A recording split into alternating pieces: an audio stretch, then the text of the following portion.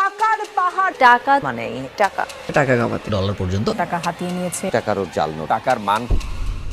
টাকাই আসলে সব, টাকা থাকলে সবকিছু সম্ভব। আসলে কি তাই?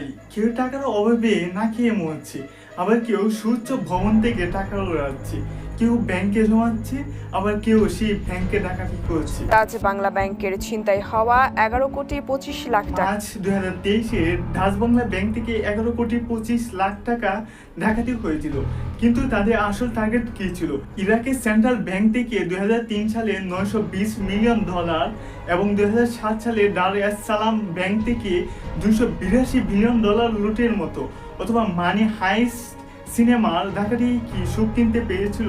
টাকার জন্য মানুষ দিনরাত পরিশ্রম করে, ঘুম হারাম করে ফেলে, টাকার জন্যই বাঁচে, আবার মরে যায়। কিন্তু প্রশ্ন থেকে যাই, টাকায় এমন কি আছে? ফিলোসফিরা কি বলেন? কথাই আছে, money can buy happiness.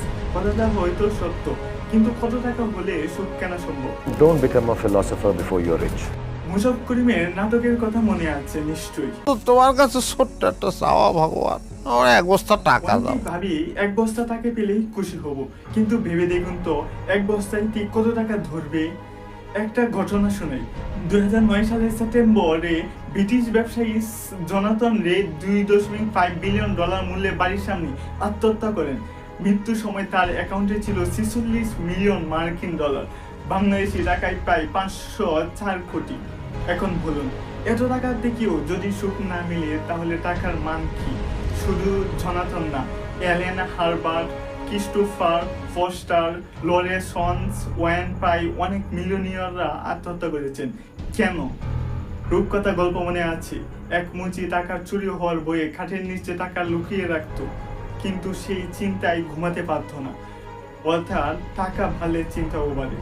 Greek দার্শনিক এপিসিকিরাস বলেছেন, if you wish to make Pythocles more wealthy, don't give him more money, rather reduce his desires.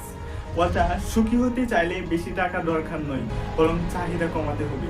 German দার্শনিক শোপেনহাওয়ার বলেছেন, সম্পদ হলো সমুদ্রের মতো, যত পানি পান করা হোক তৃষ্ণা ততই বাড়বে। আদম আলাইহিস সালামকে সৃষ্টি করার পর শয়তান বলেছিল, মানুষ কখনো সন্তুষ্ট হবে না, যত পাবে আরো চাইবে। যার যত টাকা আছে সে আরো চাই।